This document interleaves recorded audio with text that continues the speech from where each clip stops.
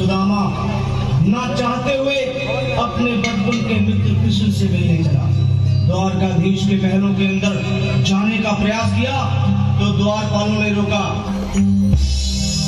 अरे ब्राह्मण, किधर को जा रहे हो? जानते भी हो यह मार्ग किधर जा रहा है? यह मार्ग द्वारकाधीश श्री कृष्ण के महलों को जाता है। हे विप्र, तुम यहाँ कहाँ भटक रहे हो? ए भाई, जानता हूँ ये मार्ग श्री कृष्ण के महलों को जाता है। मैं उनसे मिलने आया हूँ। द्वारकाधीश से मिलने का यह कौन सा समय है? महाराज अभी दरबार श्री कृष्ण अपने महल के शयन कक्ष में आराम कर रहे हैं।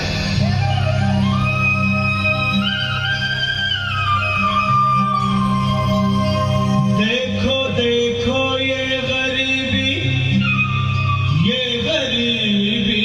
का हाल, कृष्ण के दर पे विश्वास लेके आया हूँ। मेरे बचपन का यार है मेरा श्याम, यही सोच कर मैं आस करके आया हूँ।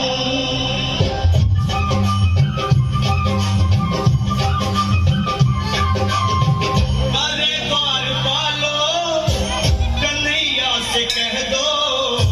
अरे द्वारपालो, कन्हैया से कह दो कि दर पे सुदामा गरीब आ गया है। दर पे सुदामा गरीब आ गया है। भटकते भटकते न जाने कहाँ से, न जाने कहाँ से तुम्हारे महल के करीब आ गया है। तुम्हारे महल के करीब आ गया। कन्हैया से कह दो कि दर पे सुदामा गरीब आ गया है। दर पे सुदामा गरीब आ गया है। भाई द्वारपाल, मुझ पर दया करो भाई। बस तुम जाकर कन्हैया को ये बता दो कि उनका बाल सखा सुदामा मिलने आया है। मेरे इस फटे हाल पर मत जाओ भाई। तुम बस जाकर मेरा संदेश उस कृष्ण को दे दो। उस कृष्ण को दे दो। क्या हंसी ठट्टा करने को हम ही मिले हैं? तुम ठहरे निर्धन फटेहाल ब्राह्मण, तुम्हारे अंग अंग से गरीबी बधारी छलक रही है। और कहा महाराज श्री कृष्ण, क्षमा करना पंडित जी, हमें अपने प्राणों से हाथ नहीं धोने जो तुम्हारा संदेश द्वारकाधीश तक पहुंचाए।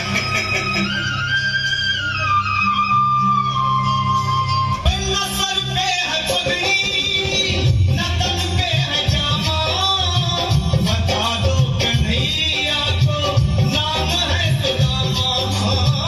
बता दो कन्हैया को नाम है सुदामा। बता दो कन्हैया को नाम है सुदामा। न सर पे है पगड़ी, न तन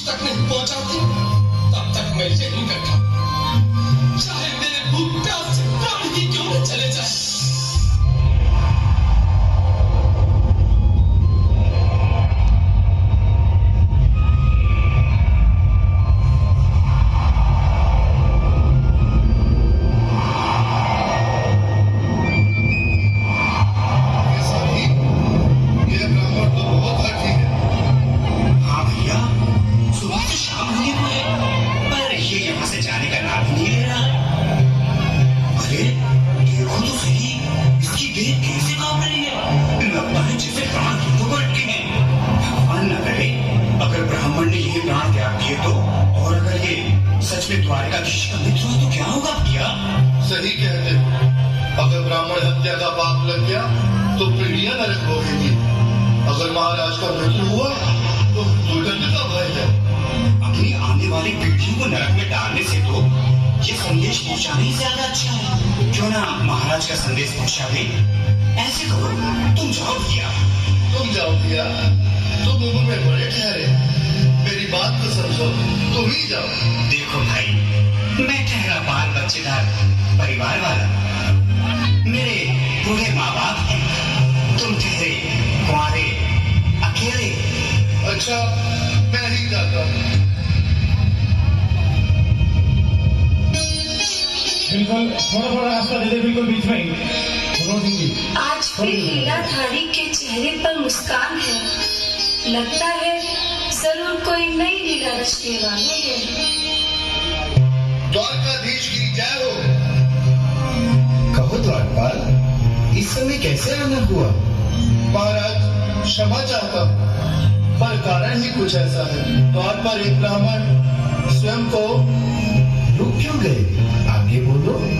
द्वार पर एक गरीब ब्राह्मण स्वयं को आपका मित्र बताता है, आपसे मिलना चाहता है। अपना नाम सुदामा बताता है। सुदामा? क्या कहा? सुदामा? मेरा बाल सगा सुदामा? मेरे बचपन का मित्र सुदामा? सुदामा? मेरा मित्र सुदामा?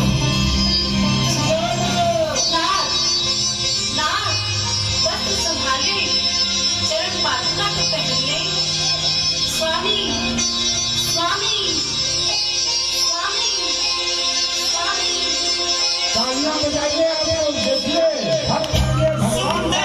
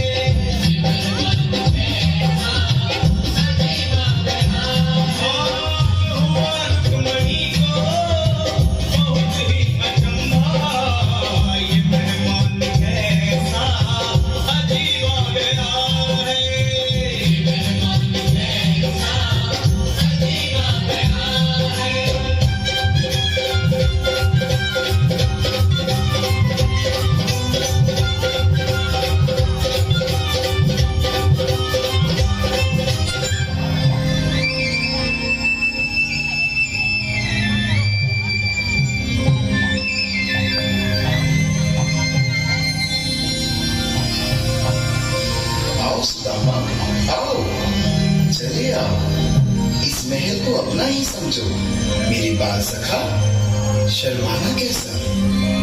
चले आओ।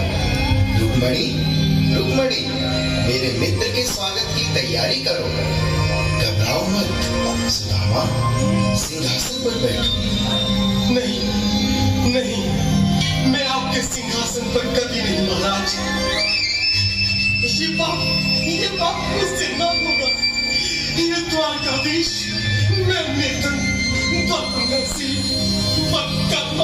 तुझ ब्राह्मण आपके चरणों में बैठ सकूं तो मेरा सौभाग्य होगा। हे दीनानाथ, हे दीनानाथ, हे दीनानाथ। सुदामा, मुझे महाराज कहकर प्रताड़ित न करो। मैं मैं संसार के लिए द्वारकाधीश हूँ, पर तुम्हारे लिए सिर्फ तुम्हारा बाल सखा हूँ। मुझे बचपन की तरह कृष्ण, कन्हैया या मोहन कहकर पुकारो।